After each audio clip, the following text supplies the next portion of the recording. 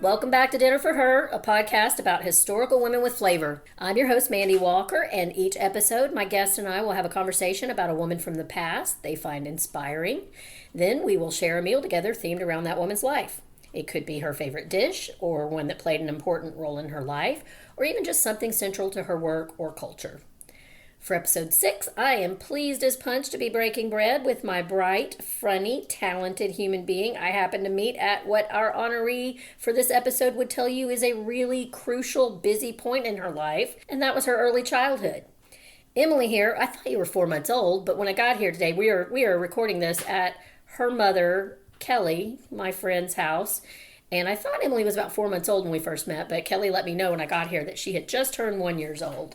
Her mom used to come into the restaurant that I worked in a lot because she had a husband that traveled, and she had 2 little minis that she needed to get out of the house. And with us both being hilarious, extremely short, incredibly opinionated young women, we were bound to be friends. I began babysitting Emily and her brother on the reg for several years at that point, and then later on, Emily returned the favor by babysitting my kids, and then on at least one occasion, having her firstborn baby babysat by those kids in return. So we got 3 generations of babysitting going on around here. Emily is now an accomplished, articulate, and, as I mentioned, extremely funny young mom of 2 herself. It's been an honor to watch her blossom into the promise everyone saw in that precocious, elfin-faced little girl. Emily, can you tell us a little bit about yourself and why you chose to honor Dr. Maria Montessori, a woman who could give our episode 5 guest of honor, Ida B. Wells Barnett, a run for her money in the race to live as broadly and accomplish more than any 100 regular human beings do in one lifetime? Well, hi, I'm Emily Lunetta. I've known Mandy for as long as I can remember, to be honest. As mentioned, she babysat us, and then I babysat her kids, and so, we've known each other for a long time. And personally, I wear many hats. I just am a multitasker, and I do a lot of different things. I think this is partly why I was drawn to Montessori. As she was the same way. I'm a teacher, including being a Montessorian, a mom of 2, an artist, a poet, a believer in people, especially children.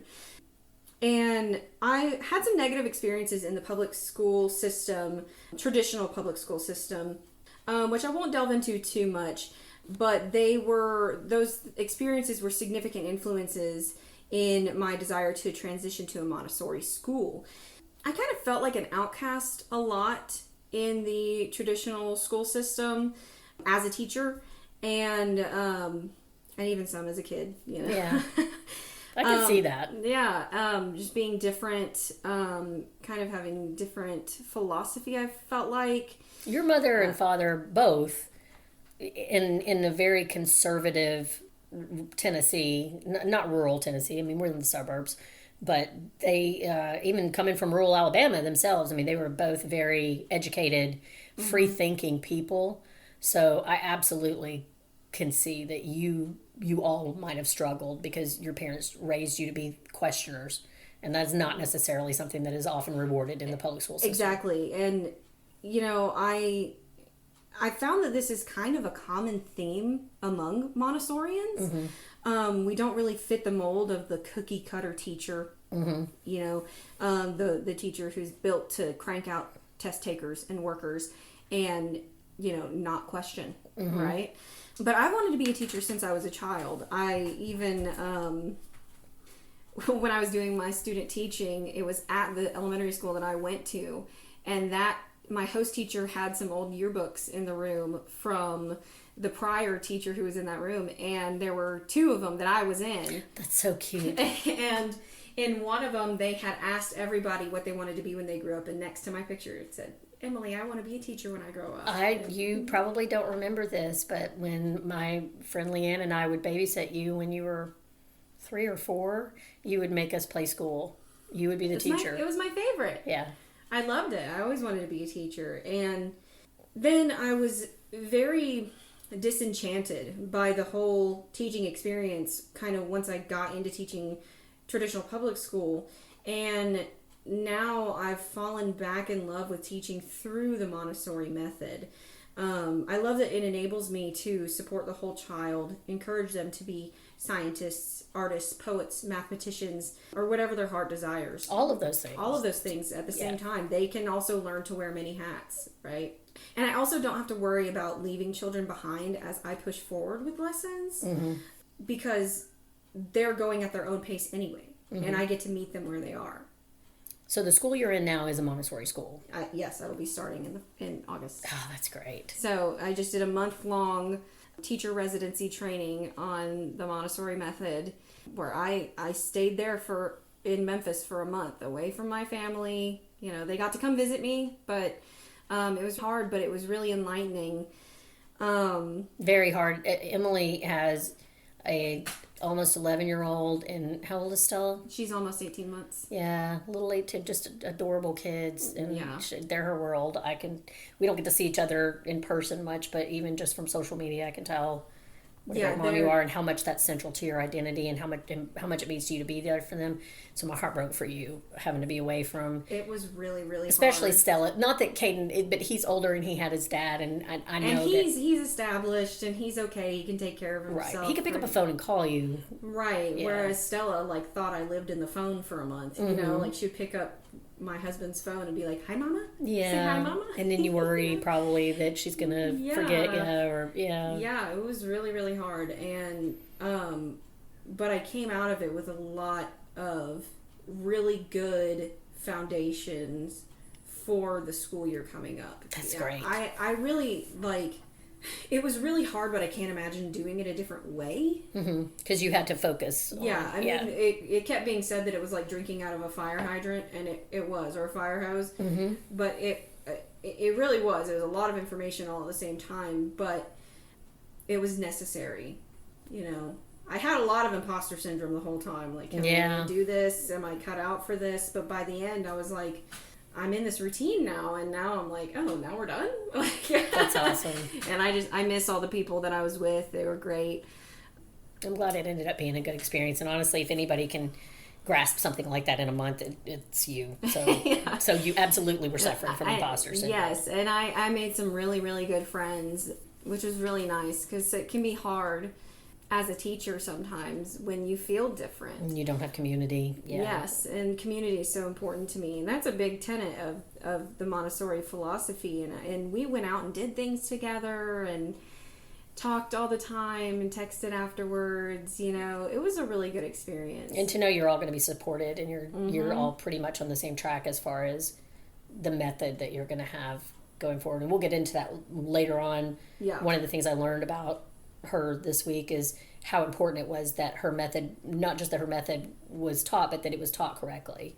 Yes. And how that got kind of out of control. But at any rate, before we get to that, do you want to tell us a little bit about Maria Montessori? Yes. So Dr. Maria Montessori, she was born in 1870 in Chiaravalle. I don't know. Chiaravalle. Okay, there you go. I heard it. I don't speak Italian. I am Italian, but girl, I'm not the best at it. I don't want to digress too much here, but my daughter dated a half Italian boy for 5 years. The boy did not know that Italian was an actual language. Oh, bless him. Yeah. And he was Italian. Wow. Yeah. Yeah, well, so she was born in 1870 in Italy, and she was an Italian physician. She was an educator and a pioneer in child development, and her approach was revolutionary, her approach to education, and it continues to shape classrooms around the world today. She was one of the first female doctors in Italy, not the first, but one of the first, and she brought a scientific lens to education because of that, and she observed children with a really deep curiosity and respect. She believed that every child carries within them the potential to grow and learn independently when given the right environment and support. And that the prepared environment is a really big thing about Montessori education, is having that correct environment. And her method it's now known globally as the Montessori method. It emphasizes hands-on learning, self-direction, and respect for the child's natural development. And through her work, she became not only a trailblazer in education, but also a powerful advocate for peace, equity, and the empowerment of children. Mm-hmm. You know, we talked a lot in my training about like reading as a civil right. Mm-hmm. Things like that. It's very fascinating stuff. Yeah, well, the era that she was coming up in, there was, she lived through Mussolini's fascist takeover of Italy. And even before that, I mean, she actually came up when compulsory education first became a thing. Mm-hmm. And very likely the vast majority of Italy still wasn't sending, the rural parts still were not sending their children. I imagine it was much like the rural United States were like in the 30s. My grandfather quit school in the 4th grade. And I think that probably was the norm, especially for girls, if they got any education at all. Mm-hmm. So her becoming a doctor was crazy. Yeah. Yes, and her, I think it was even her parents did not approve. Her father didn't. Yeah, her mother, as I learned through, again, the reading that we did this week, and she was an educated woman. She was an educated woman, and she actually was incredibly supportive. Yes. She was her biggest support. Now, how they felt about her actually going on to, I don't know that anyone has it on record how she felt, because one of the things I did discover is that even though she was relatively modern, and for a woman of her time, she was very documented, there's not a lot in the United States about her actual, like, current. A lot of my sources, like for instance, the last episode was about Ida B. Wells. I have a member for newspapers.com where you can go and you can just find a treasure trove of all of newspapers from around the world. Of course, if you don't read anything but English, that limits that. Right. But tons and tons and tons of articles about Ida, but the minutia of her daily life there's far less known. And it was the same with Maria. Like, there's so much of her as a human that we really just don't know. Right, and there's so much of her, like, her talks that she would give at different places that was then put into, like, book format, speeches that she would give. But you're right, there's not a lot about, like a diary of her daily life, things like that. I know you had found something like that, but it was basically a journal. And it was later in life, and it was really just some tenets that she wrote down about her philosophies on teaching. There's nothing like, I had a crush on Steve in third grade, and that kind of stuff. It's hard to find that info on her, or it's almost impossible. Yeah. But she was a very fascinating woman. She studied a lot of different things. She studied engineering, mathematics, biology, medicine, and philosophy. She did a lot of study in philosophy. And that was really rare for women of her time. Mm-hmm. Her background really shaped her methodical, observation-based approach. It was like the scientific method, She used that with her approach to education. Honestly, one of the things that I thought, because I read that she had an uncle who was a fairly famous priest who was a philosopher, I believe, maybe an engineer as well. Her father seemed to be a very educated man. Her mother was an educated woman of the time, which is incredibly... So I thought of you and your parents. Your parents are both very, very intelligent people. And I think that there was some genetics at play there as well. I feel like she probably was born very, very bright. She was born ready. Yeah. I think it took her a minute to... Yeah, same with Ida. That was one of the parallels I noticed about them, because what I was struck by doing Ida's episode was just, oh my gosh, was there one thing that woman did not accomplish? And with Maria, she had 3 or 4 different really high-power careers in a lifetime where most people would have been happy to just have one of those distinctions. But she just kept going. Yeah, and there's a lot of stuff that her son wrote about her in his article about My Most Unforgettable Character, is what it's called. He wrote that as a little girl, my mother was the most backward pupil in her school, unable to get the lessons into her head. Then at 10, suddenly Maria changed, and she had a really heightened interest in religion, and she developed a sense of vocation. And it says that her parents first became aware of it, like her sense of vocation, when she was seriously ill with the flu. And the doctor had told them to be prepared for the worst. And Maria reassured her mother and said, "Don't worry, Mama Mia." She said, "I'm not going to die. I have too much to do." Oh, I love that. Yeah. So she really knew that she was meant to do great things. And then she started coming first in her class. Her parents suggested that she would become a teacher, which at the time was the only career open to women, right? Right. You know, one of the things I want to say, though, is that I question that about how not bright she was before the age of 10. I don't believe that that's the case. I don't believe that the switch just turned on at 10. I think that she, much like you, struggled in that structured environment, but she had such a phenomenal brain and force of will that 10 is where she decided she was sick of this shit and she was going to achieve on her own terms. And it's interesting because she talks about the different planes of development, which is where she has the groupings of the ages of children. And so the first plane of development is from birth until they're about 6 years old. And then you start to see them move into the second plane of development, and that's from, I think, 6 to 12. And then they kind of go on like that. And you see about halfway through the second plane of development, they kind of have this light bulb. Yes. Yeah. And that is so you think that's what it was? I think so. So this is a good time, though. Why don't you tell us, can you summarize, do you think, what the Montessori method is? Okay. What made it different? So the core principles of the Montessori method are there's respect for the child.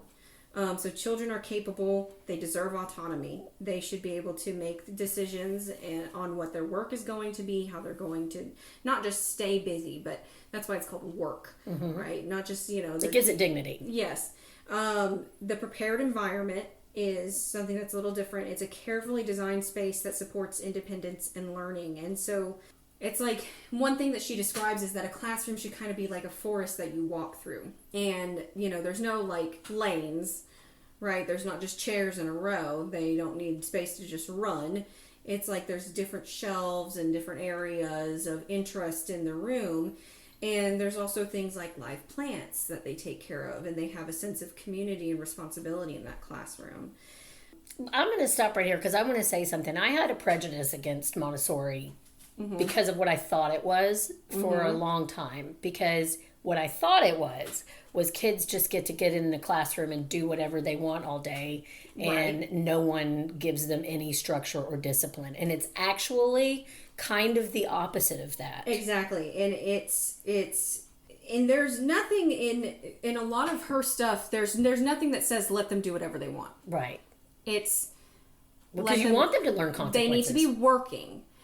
So there's a distinction between just trying to look busy and actually doing work. And you can tell when you are an observant teacher. And that's a whole other thing, being the prepared adult in the room, right? You have to be the observant guide in the classroom and be able to look at these children and tell what they're doing and what it's doing for them educationally. Right. And that's another thing, is that's another core tenet, is that teachers are guides, not lecturers. And we observe, we watch, and see what's developmentally appropriate for them at that point in their plane of development, whatever sensitive period they're in. Which is a sensitive period it's a window of opportunity when children are especially ready to learn specific skills. And so each plane of development has its own kind of sensitivities. So for example, in the first plane of development, they're more prone to solo work, or they might work, side by side, someone working in parallel, whereas in the second plane, they're more working together. So describe what that work would be in that first plane. So in the first plane, they're doing things like there's sensorial stuff. Which that's kind of self-explanatory, like sensory things. And then there's also practical life is a really big thing. And that is where they're learning to pour from a pitcher. They're learning to cut things. They're learning to, they have like these frames with cloth on it where they'll learn to button and learn to zip and tie and things like that. Working on the fine motor skills. Yes, exactly. And they do start learning mathematics, reading, all those things early on. Even with Stella she's going into Montessori school in August, and they have very similar stuff in a toddler classroom to a primary classroom. which a toddler classroom is going to be 18 months to 3 years old. And then a toddler classroom is, it's like 4 to 6. Mm-hmm. And even in observing in the toddler classroom, they still have practical life. They still have sensorial sections. And then practical life is like... Practical life is the stuff that is the practical skills that they will need to have, such as the pouring. Gotcha. Carrying a tray carefully. Like even the older kids, they help prepare their own lunches. Yes, exactly. So in a primary classroom, they're going to be doing more than they would in a toddler classroom because it's scaffolded for their ages. Mm-hmm. You know, it's set up so that it's developmentally appropriate. But, you know, in a lower elementary classroom, which is the next after primary, lower elementary is 6 to 9. And, like, that's what I'm going to be teaching. And they have a little more stuff that they do. There's not, like, a practical life section of the classroom because we kind of... It's integrated more now. It's integrated a lot more. Like, there's classroom jobs that they have to do. So they have to take care of the classroom. Usually classrooms will have, like, a live animal a lot of the time if Mm-hmm. you can. And so a job would be somebody takes care of the animal for the week. Or pets, or plants. Or the live plants. It's very recommended to have live plants in the classroom, and many of them. But another thing that's important is freedom within limits. Yeah. So children choose their work, but it's with clear boundaries. You know, you can give a lesson, and you give a lesson to a small group. You're not typically doing a whole class lesson in most instances. You might at the beginning of the year if you've got a brand new class of kids who've never been in a Montessori school before. Like my school, we're starting a whole new school. So a lot of our stuff at the beginning might be whole lesson, more whole group lessons, but then you kind of peter that out and you do small group and then you give them follow-up work, but give them a choice. You know, for your follow-up work, you can write such and such in your journal, or you can work with these materials and then, you know, come back and tell me what you did. I read something today about like the pink tower that is one of the ways that they learn math and division. I'm not as familiar with that because I didn't learn the primary methods for math. I learned all the lower elementary stuff, which was, some of it was confusing to me even, but you know, it's a learning process. Yeah. Well, if you didn't grow up, I did. Yeah, our brains are all formed and hardened now. When it's new skills. Yeah. So it's harder for us, and then the kids are just going to get it right like a snap. You know, it makes total sense to me as I get older and have parented children of my own because one of my daughter Ava, who's incredibly bright, she graduated she got her bachelor's 6 months early. She's very driven. She's very type A.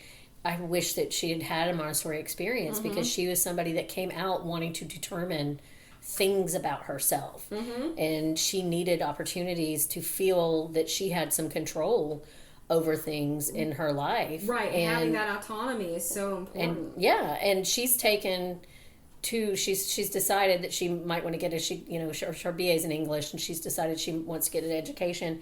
She's taken the praxis test in the state of Tennessee, you can take a praxis test if you don't have an education degree and start teaching and then work on getting your certification. But she's had no education experience, and she also does very badly at standardized. Not very badly for her, because she's incredibly bright. She does not do well at a standardized test. I understand that. I do. For most standardized tests. Let me rephrase that. Like, I generally did well in standardized testing in school because it was nerdy things that I was interested in anyway. And it was like a game to me. But if it was anything that was outside of my realm of interest, like math, exactly. I mean, anything like that, it was like, Charlie Brown's teacher. I was the exact same way when it was like reading, science, right? The things I cared about. Like, I loved that stuff, and then as soon as it was a math test, I was like, oh, gosh, I'm not gonna be able to do this. Yeah, and I would get myself worked up, and but I'm happy to talk to her about praxis if she needs. Well, advice, she does, and we'll talk about that when we're done because she absolutely does need. I think what she needs is more. Again, the Montessori method, and it's the same with, I think all of us could benefit. I think this is normal for humans. If you are invested in something and interested in it and you understand the why of why it's important for you to learn it. Like, I learned so much better, for instance, podcasting. Emily's lovely husband Christopher helped us with teaching me a couple things I didn't know about my mic tonight, because of course I'm doing this all on my own. I'm not an engineer.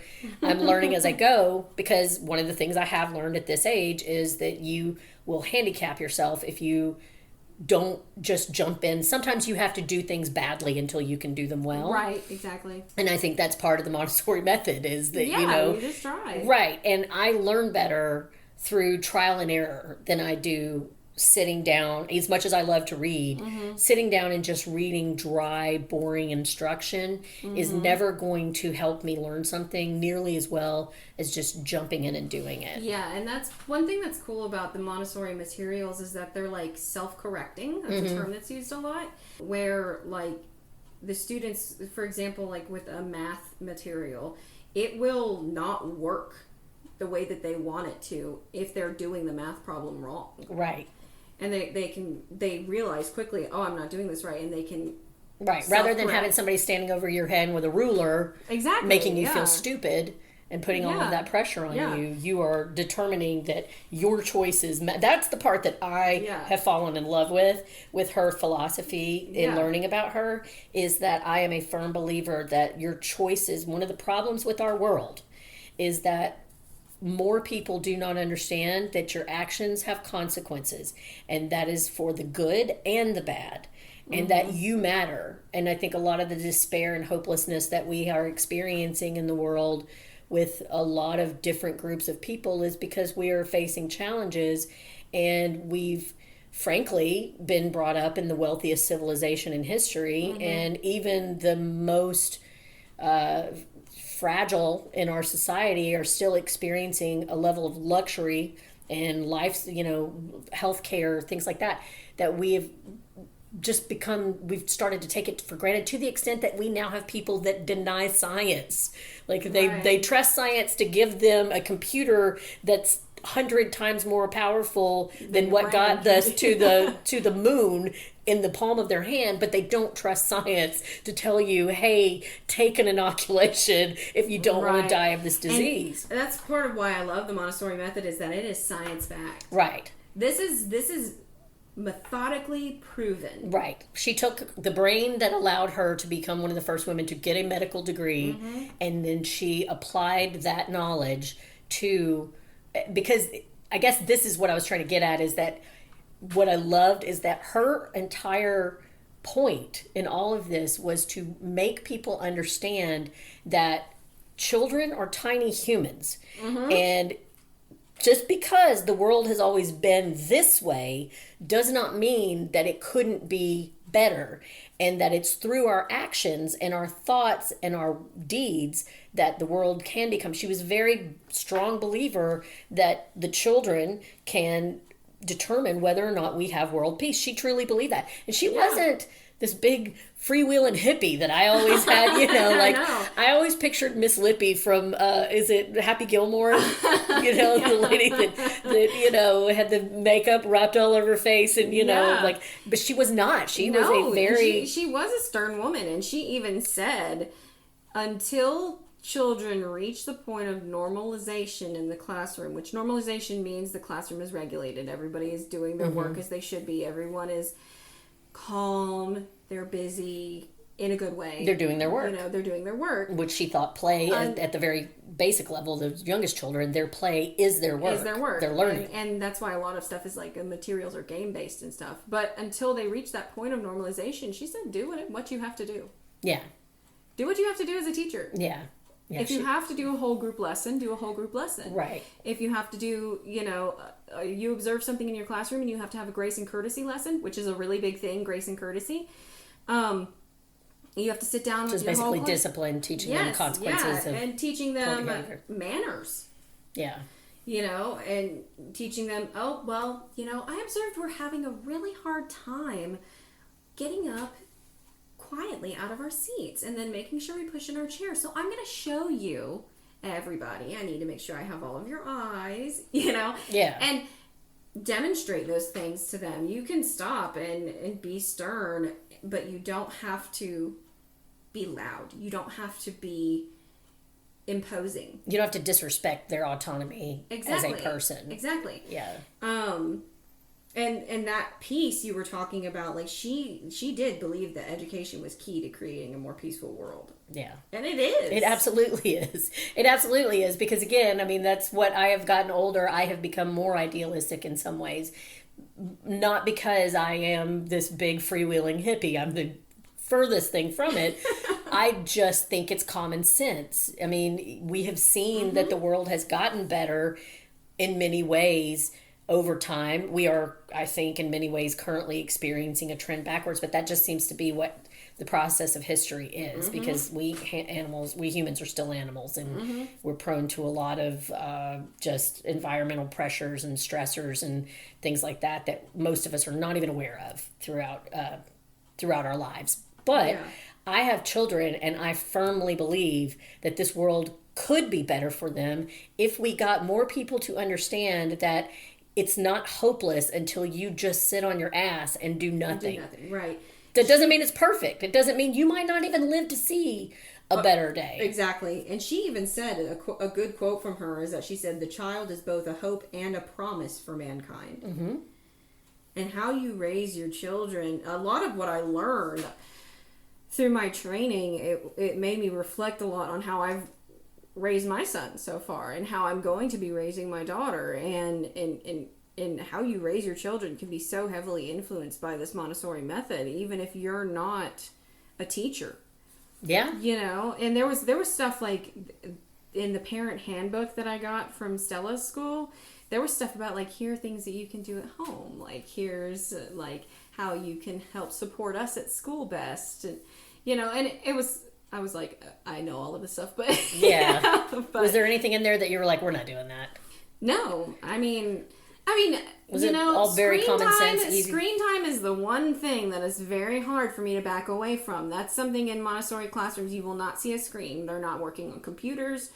They're not working, you know, with an iPad or whatever. Some students may have assistive technology, but that's different when it's a learning disability type of situation. Exactly.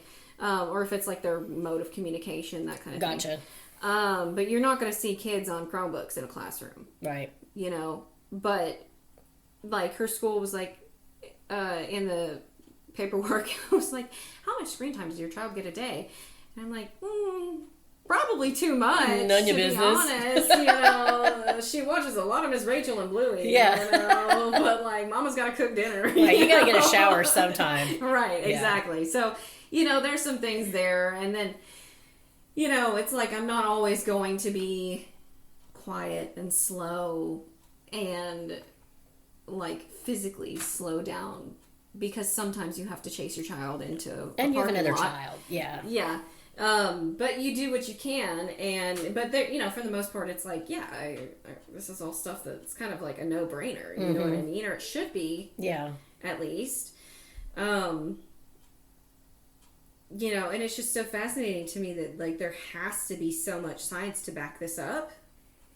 Yeah. I mean, she was asked to... Right. Well, you're right. And I agree. And that is something that... I didn't realize that I was doing the Montessori method. And I don't think it really technically... I'm sure there's a ton I could learn about how to actually do the Montessori method. But just as far as that philosophy of, you know, kids need to understand very early on that their actions matter for good or bad. That is how I raised my children. That's how I continue to raise my children. They have natural consequences. Right. That's a really I didn't big thing. save them from my kids were protected as they needed to be, but they were not wrapped in swaddling. Like I have, since I was 6 years old at least, I've had depression and anxiety. One of my big phobias was passing that on to my children, and I had to really work with and deal with that. And as a matter of fact, both my children have turned out to be pretty anxious. But I've also come to, at this point in my life, realize that that's just the condition of anybody that's intelligent in this world. Because as an animal, you can see the pitfalls, you can see but you can also see where it could be better. And that's where I think we fall down a lot with our kids, is that we forget that ourselves because it becomes harder over time when you're dealing with bills and heartbreak and illness and losing people. It's very hard for adults to remember that the world can always be better. And so modeling that for your children sometimes gets lost, a lot of times gets lost. And so I had to, at any rate, and there were things that happened when I was a kid that, I never wanted to happen to my children and things, but I had to realize I can't wrap them. Like, it would have been much more dangerous for me to wrap them in swaddling and never let them have experiences and give them crippling fear of strangers and new experiences and things like that. I had to teach them to be good decision makers because I needed them to, first of all, I also had seen throughout my family what happened with people who were raised with the because I said so. It didn't work. They rebelled, and a lot of them ended up with really bad lives. But, the ones that made just, for whatever reason, maybe were born with a little more sense or whatever and learned the consequences of our actions early on, it just made sense to me. Like, teach your children to, no one likes to be told because I said so. I hate that. Oh, God, I hated that. That doesn't mean it's not sometimes the answer. I have said that to my son a couple times, and I'm like, oh, my gosh, But here's what I learned about that, is that they're with kids, sometimes they're just they already know the answer, and they're bored, and they're just going, it's a control. And at that point, we're done. But I always answered them at least once in an age-appropriate fashion, because I didn't want to tell them to stop asking questions. That's what's wrong with this freaking place. I know. Is people just forget to ask more questions. They forget to be curious about the world around them. They see a problem, and instead of thinking, how can we make that better, they start thinking, well, screw it, it all sucks now. But there's so much hope in the world. There's so much. It would have never gotten better. If you look at the face of a child, like, they're born. There is so much hope. And even in my experience in the traditional public school, there's so many good eggs. Yeah, more than bad. More than not, yeah. And some of them have come from terrible environments, and they still have hope, and Yeah, and they're still like the bright, chipper kid in the classroom, and I know what's going on at home. And they want to impress you. They want you to see that they can do things. And if you just I guess I'm just saying it's like the opportunity. Right. And I just think that the old model of parenting and teaching is this patriarchal, parochial, I guess is a better word, system of you do what I say because I'm in charge. And that you can say that, but it's never worked in human history.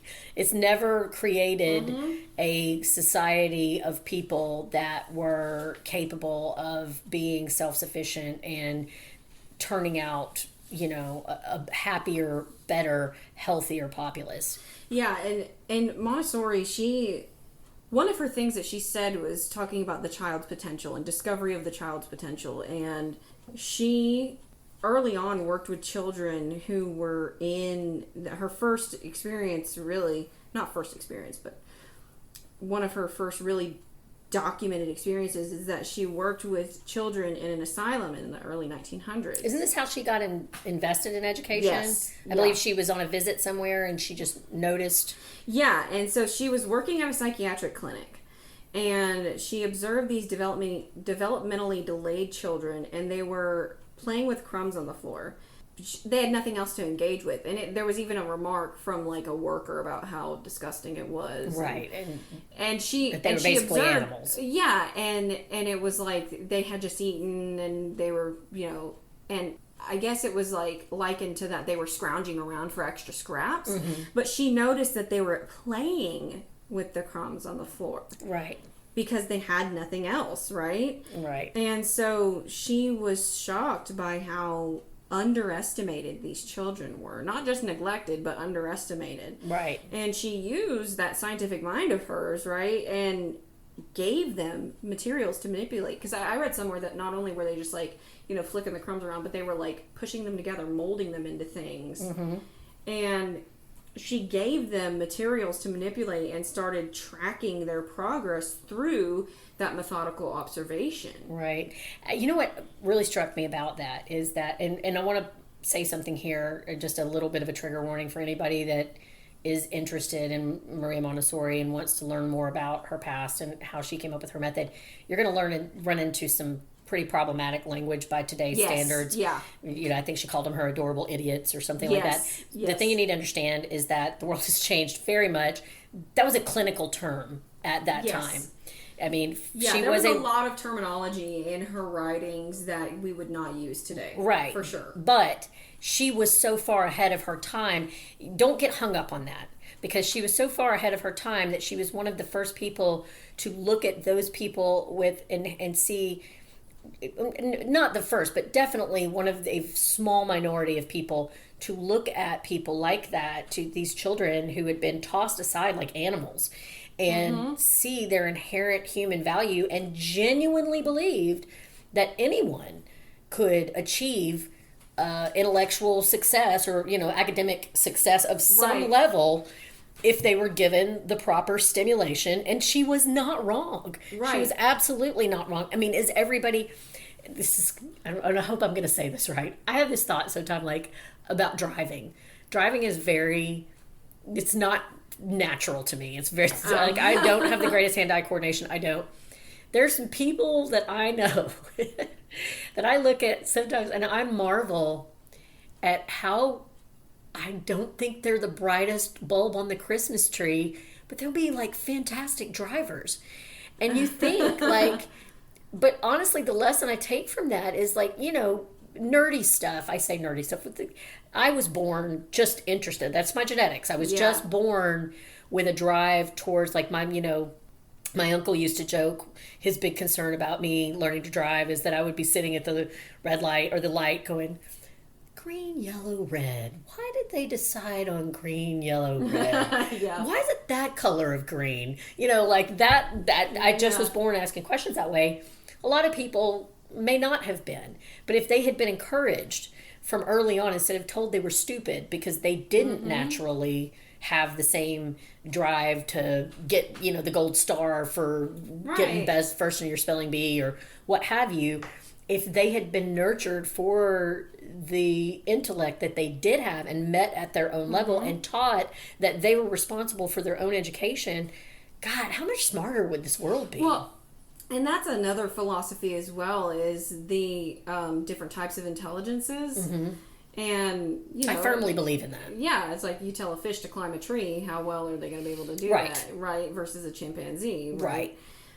So, you know, and one thing about these children in the asylum is that, like, children to begin with were hardly thought of as humans, real humans, let alone developmentally delayed children.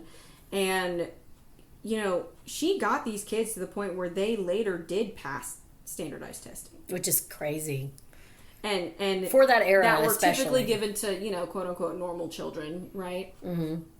So if so-called unteachable children could learn with the right approach, then all children deserve a better education. Yeah, and what's remarkable about her too, and like, I don't mean to interrupt you, but I want to point this out here in case it gets lost, is that here in the United States, again, there is a bias against Montessori. It's better now than it was when when we were younger, and you know, when I was a child, it was never even talked about. By the time you were in school, people talked about Montessori schools and things like that, but it was still, you had the Miss Lippy idea of what a classroom was like. Well, and you had to be privileged to be able to access and honestly, to a large degree, that is still true. There's still quite a bit of unaccreditation, and even it's still very rare to find a good Montessori academy near you, and to be able to afford it is a whole nother thing. But in Europe, like, her method became, think how revolutionary. She was a woman in a time when her father was furious with her for when he would escort her back. She would have to have an escort back and forth. Part of the reason she left medicine was because men were so awful and sexist and terrible to her. Her own father was furious with her for daring to do that. But she develops this method, and not only did she get some recognition, it took over.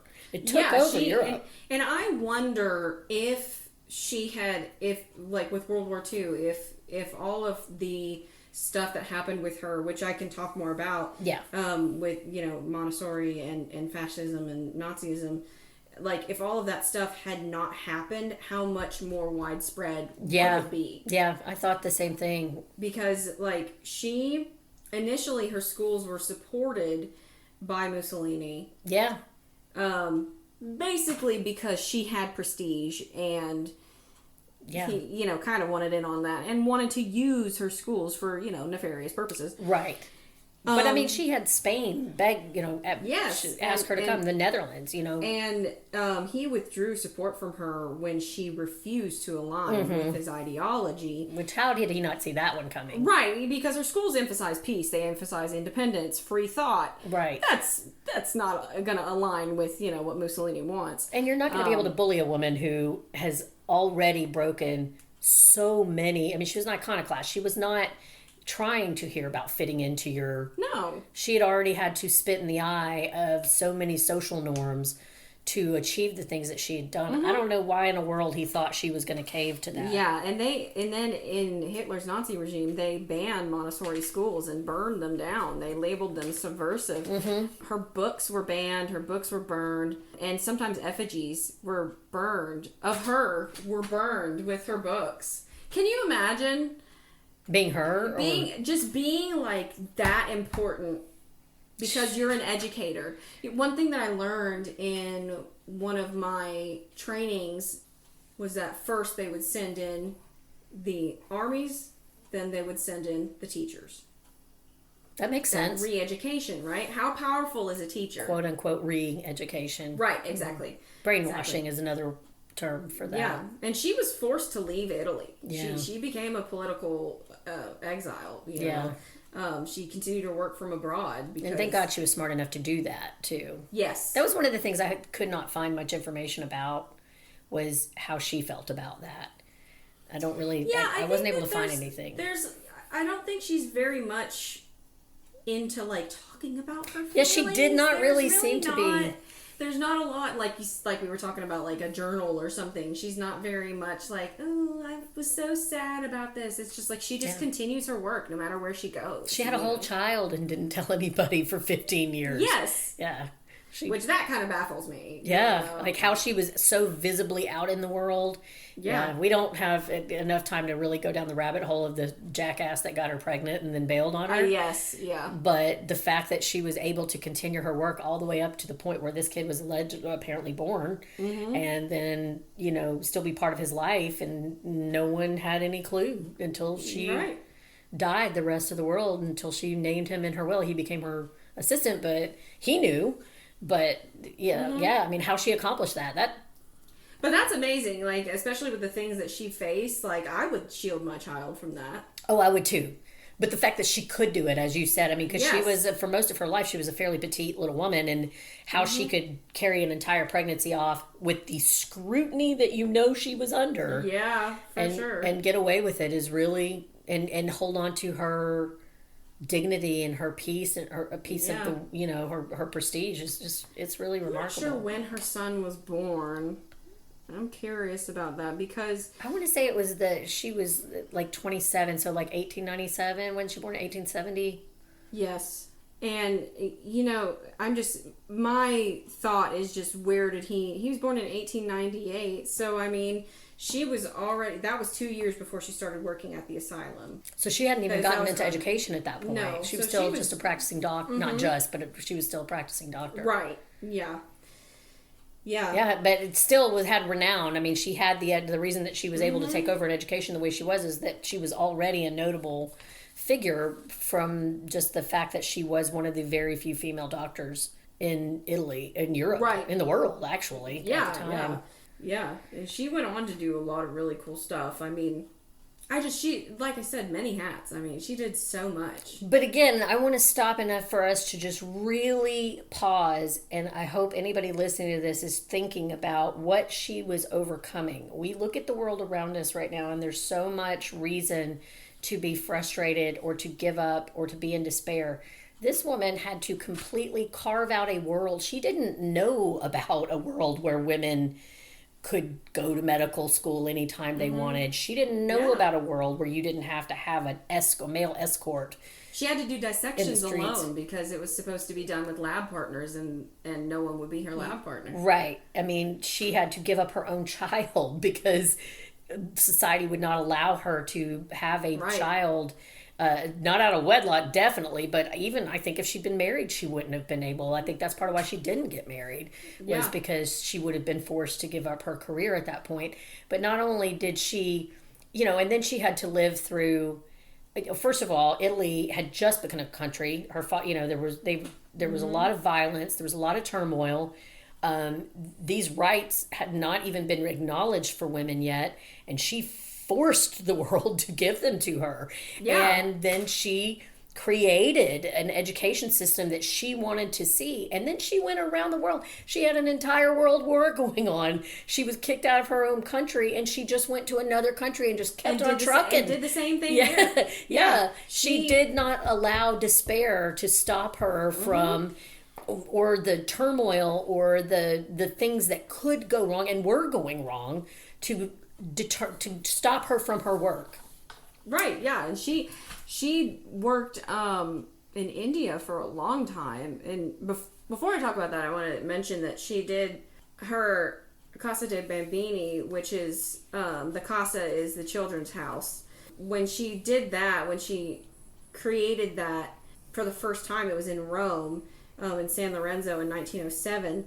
She was just asked to supervise children who were left unsupervised while parents worked, basically. Yeah. It was a poor district. She was excited to work with quote-unquote normal children. And again, this was the beginning of standardized education. Yes.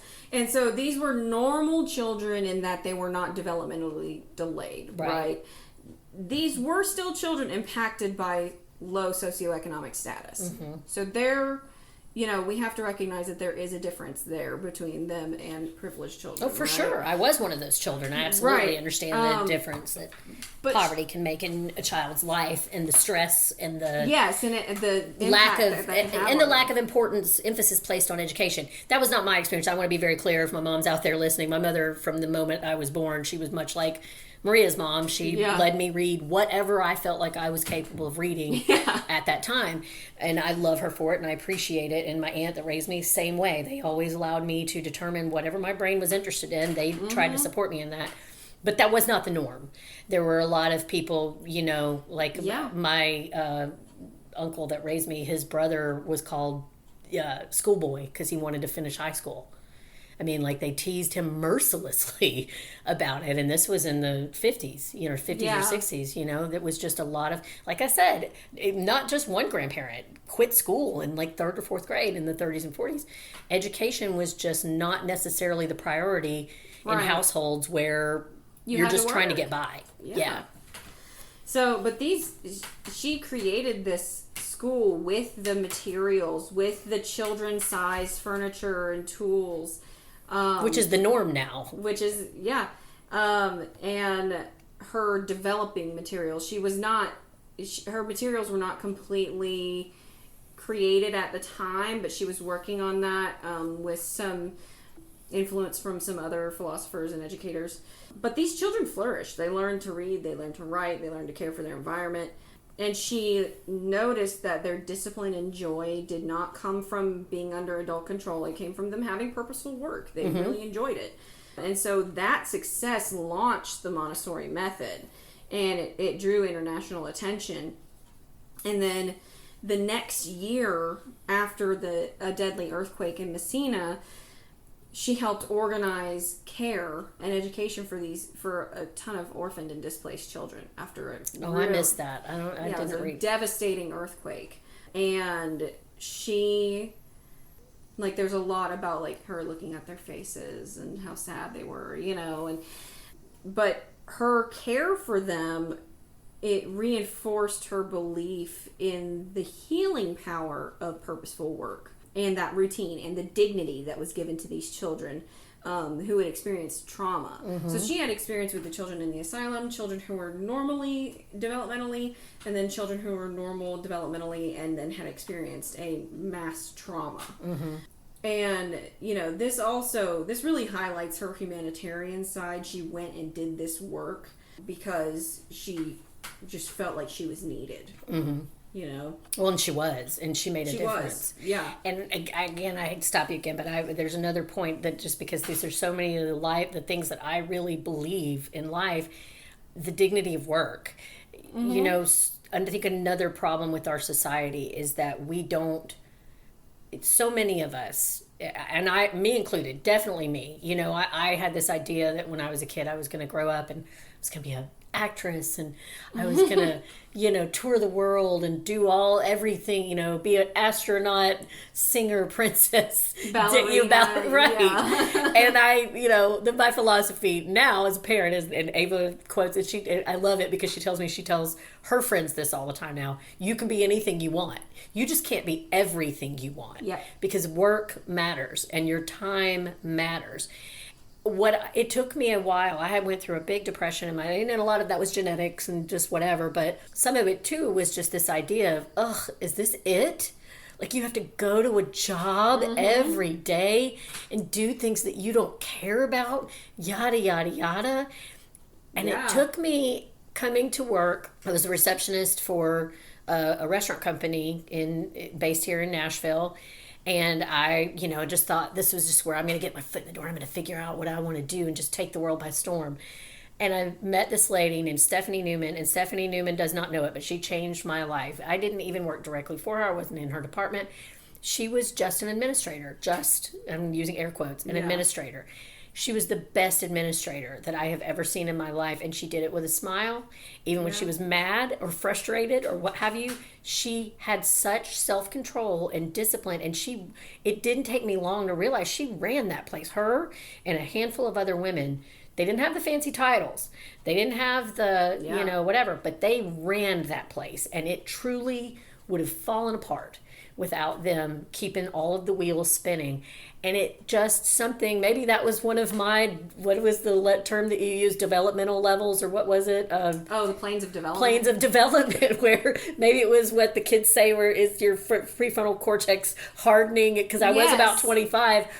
But I thought, I want to be like her. I didn't give a shit about being famous or being none of that anymore. It wasn't that I had this burning desire to even climb a ladder, because I'm still, fortunately, I'm in a situation where my husband is the primary breadwinner and has always made quite a bit more money than I do, which is allowed, and he travels though, so that's why. So it's allowed me to be the primary. But when the kids were small, somebody was always here I didn't have to climb a corporate ladder or whatever. I still don't care about that. I care about pressing women like Stephanie. I care about customer service. Make Stephanie proud. Yes. And the dignity of work. It just, something clicked with me then that I was like, I have been doing administrative work for the last, and I never, if you told 15-year-old Mandy she's going to be punching a clock and just doing data entry and answering phones all day, I'd have died.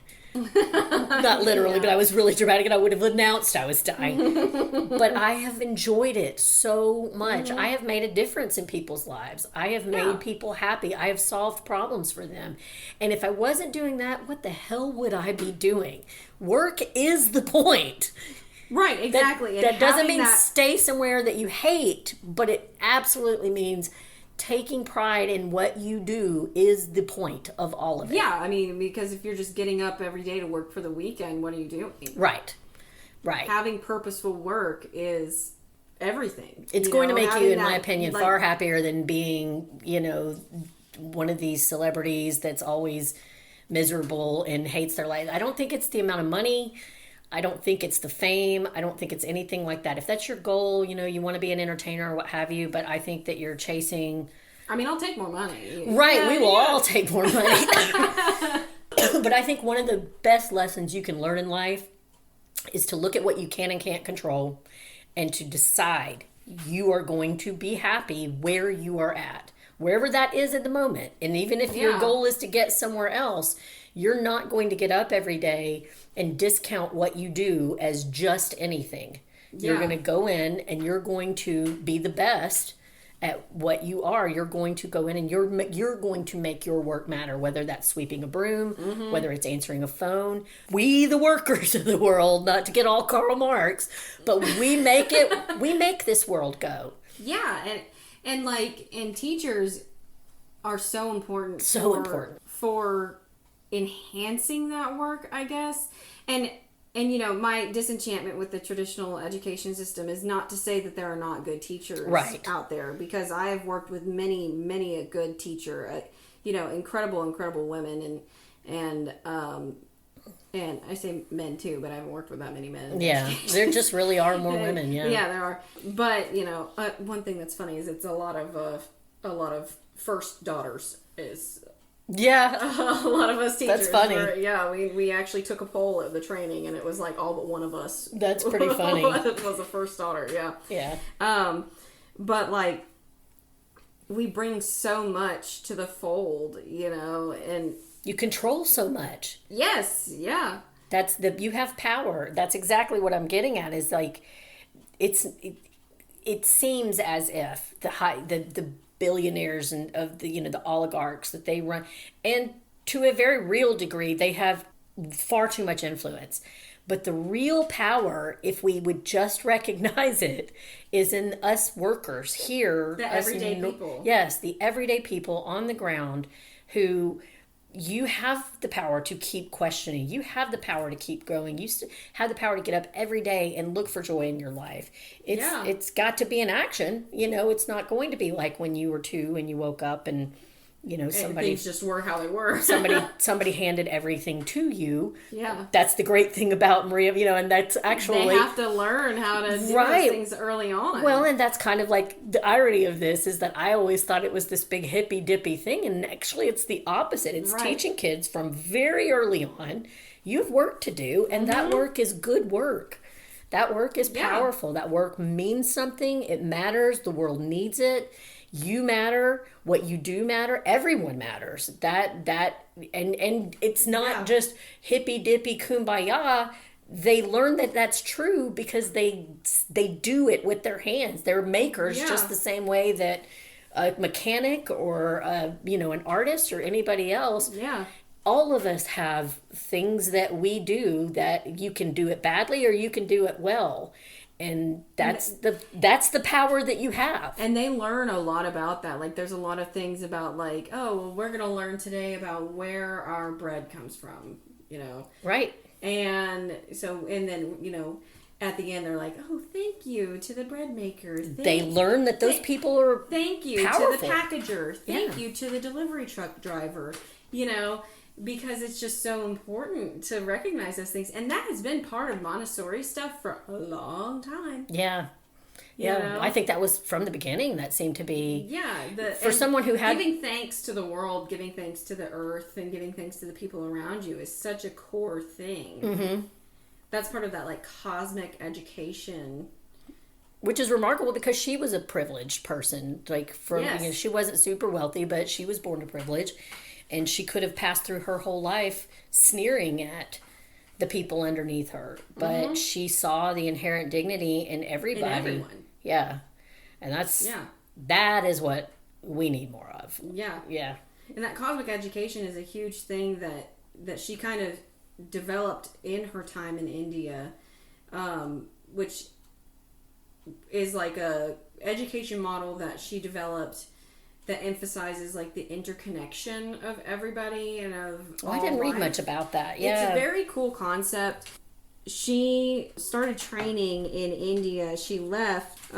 She lived in India from 1939 to 1946. And she and her son, they went to India to just conduct teacher training courses. Mm-hmm. But then World War II broke out, and they were interned as enemy aliens. They were just like on house arrest. Yeah. Because they were Italian nationals in British India at the time. She was allowed to continue her work during all that time. So she did, and she did that for 7 years. And she trained hundreds and hundreds of Indian teachers. Yeah, she could have just been sitting up there panicking or despairing about her homeland. She just kept doing her work, girl. She just kept working. And I'm sure she did feel those things. She was a human, but she got up and just that her philosophy drove her. She was like, really. And rain or shine, there's work to do. And that time that she spent with those people, really, the people of India, it really deepened her interest in spirituality and peace education, which peace was already like a big part of her model, but it really helped her to develop that more. Her time in India influenced her philosophy deeply. I did read it, but I didn't read much about it. But honestly, early modern history is one of my weaker points as far as like my knowledge of history goes. But I believe that would have been right around the time that Gandhi, I want to say he passed in the early 30s maybe, but I would imagine that like that was still a very big topic in India. Yeah, she gained the respect of Gandhi. So he was alive when she was there. Okay. Yeah. And India actually became a major center of Montessori teacher training because of this. Many of today's global Montessori trainers trace lineage back to that time. Like their teacher was this person who was this person who was trained in India by Montessori. Wow. Yeah. There's a lady I follow on TikTok. Her name's the Knitting Cult Lady, and her name's Daniela, but she goes by the Knitting Cult Lady, and I love her to death. She's really not her personally. I don't know her personally, but what I love about her is that she was born into the Church of God cult, and it's a horrific story. I'll let you borrow her book if you're ever interested in it. She wrote a book about growing up in the Church of God. She was third generation in the Church of God. Horrendous things happened to her. And she, at 15, was like, I'm out. Like, just, she knew it was bullshit. And she was tired of the abuse and all of that. So she went emancipated, basically, at 15 into what they called the system. They called it a system. People that weren't Church of God or Children of God, systemites. And so she went to, did I say Church of God? I meant Children of God, if I've been saying Church of God. Oh, okay. Yeah. Sorry about that, Church of God. Children of God. It's a horrendous cult. It was basically a pedophile cult that it's bad things happened to her. But her mother had been born, or basically her father had kidnapped her and brought her into it when she was 2. So that was all her mother knew. And she had her at 14. It was really awful. But anyway, Daniela got out of there at 15, emancipated herself, was driven to get her degree. But then she went into the army. She didn't know what to do. And so she went into the army, and she later recognized, because it felt comfortable, because it was another cult. And it was another place that it's all about divorcing your free will and turning it over to a system, somewhere else. So it's ironic that they called us systemites, that they were the ones that really, rigidly. And so now she eventually went to Harvard and became... when she saw the rise of MAGA, mostly, she started to become very concerned about the effects that the cult-like thinking might start having on our future. And so she went and got a degree from Harvard Extension, and she became an expert on cults and cult-like thinking. And I've been wondering, what she thinks about Montessori, because to my mind, it's almost the anti-cult. Because, it was centered around one charismatic person, but she unlike a cult leader, she deliberately demystified herself, and she was like, free thought, think for yourself, baby. That's what this is all about. So I've wondered what she would think about Montessori, because it is in some ways very much a thought system, a belief system, but the entire belief system is about returning free will and free thought to the individual, back to the person, as opposed to having one charismatic leader who tells you to think like I do or you're wrong. Right. And part of cosmic education is that it's to help children understand their place in the world. It's not just about interconnectedness of all life. It's also about understanding your place in that as the individual, and helps them to foster a sense of responsibility toward the world, right? Being able to really understand I affect people around me. I can't just I do need to have my own thoughts, but I can't just do whatever I want all the time, right? That your actions have consequences. Yes, right. And so it's it's just, I don't know. It's it like I said earlier, it just baffles me that this isn't just everybody common does sense. that. Yeah, you're right. What I have learned I'm not even going to say learned because I still don't understand it. But what I have seen and I have theories about, but I don't fully understand, is that a lot of people just want to be told what to do. They just... I think people, it's hard for them to make decisions, but, think about what education system these people have grown up in. Agreed. And there are some really good readings that are Montessori about school as a factory. Mm-hmm.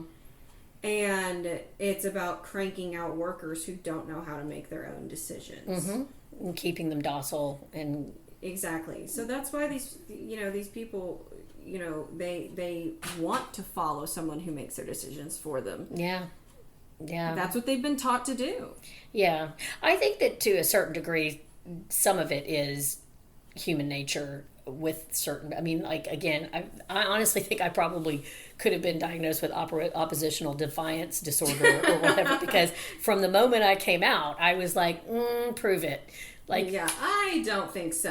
Right. Maybe if you can prove it to me. And that's right. That's, I think, one of the things that I feel like I'm misunderstood about. I do learn. I do take advice from people. I do change my mind about things, but you have to prove it to me. You have to show me the evidence that what I believe is not the correct thing. I'm not going to just blindly believe that because that's how it's always been done. You said. Yeah. And I don't think that's because of me being a special person. I think genuinely some of that is genetics. I think part of the reason that this parochial method of education has been the norm for so long is that the entirety of society has been a strongman rules type of existence. But what gives me great hope and what keeps me going is that in no world does it make sense, because we're animals and tooth and claw is what normally determines who is the top of the food chain in the animal world. Montessori schools shouldn't exist. Human rights shouldn't exist. The idea of human equality shouldn't really exist. But it does, because we are more than that. We are more than animals. Yes, we are more than animals. I think a lot of people forget that. I think a lot of people are uncomfortable with that. And how much potential we really do have. Right. And that was a big thing with Montessori, is that, to see the child, see the person, see them as capable. Yeah. Not just empty, not just a nothing, not just a, right. Yeah, we're born into systems immediately, most of us, that you are told religion. You're taught, and I'm a Christian. I go to, I identify myself as Catholic, but religion has harmed a lot of people. This idea that because a lot of religious leaders have told people, I have the magic answer, you don't question. Don't look too deeply at why none of this makes any sense. Don't look for the proof of any of this. Because if you do, you're going to suffer for it. And that's not just like, some of that is just this belief in supernatural, but it's also practically you were shunned. Yeah. You could lose your life for questioning. So we just get bred from birth, most of us, to just accept this is how it's always been. None of that other stuff is going to work. This is what works. And I think we've done ourselves a real disservice. Yeah. But people like Maria give me a lot of hope. Yeah, and this has worked for over 100 years. Yeah. And that's why we've moved the needle on. And it's actually, I think that it's actually a couple days from now that the anniversary of her opening the Casa dei Bambini. Oh, well, congratulations. Happy anniversary, Maria. Yeah, like 129 years or something like that. I'll just Google it. I was looking at that the other day and I was like, oh, well, that's a couple days. Like, let me see what that is. That'd be right around. Look, we could celebrate that with our birthdays. Yes, our tandem birthdays. Yeah, mine and Emily's birthdays are both this coming up week, so we might be celebrating it with the Montessoris. Yeah. All right, let's see. Anniversary. August 31st? Oh, I wonder what I was seeing. Yeah, I don't know. It says that Maria Montessori. Oh, that's her birthday. Let's see. let's see, the Casa dei Bambini was opened January 6, 1907. It was, girl, maybe I just can't read. I don't know. Well, you're not wrong. It's not too far down the road, and it looks like next year will be the 150th anniversary. But yeah, I mean, it's the outliers. That's how powerful a few thinking people can be. Because again, I believe that the vast tide of humanity has been perfectly fine, or at least not struggled too hard against this go along to get along mentality. But you have these very powerful few outliers who have stood up and been like, but what if we did this? And because of that, the fuse, it's just the fuse. And that's why we have democracy. That's why we have modern science. That's why we have, the amenities that we have. All of that has come from that tiny handful of people in this sea of humanity who've been like, but what if we did this? Yeah, let's do something a little bit different because the world deserves it. Yeah, it's just you had to buy in. Anyway, is there anything else you want to... We've been going... I told you we could... Yeah, I knew we'd be able to talk about this. I just want to say, if you are interested in reading about Montessori, do not be, like we talked about earlier, do not be discouraged or pushed away because of the language or terminology that's used. And also don't be discouraged that a lot of this stuff is written in an older in an older way that kind of makes it hard to understand sometimes. Yeah. Do what you can to parse it in different ways to make it make sense to you. Whatever you gotta do is fine.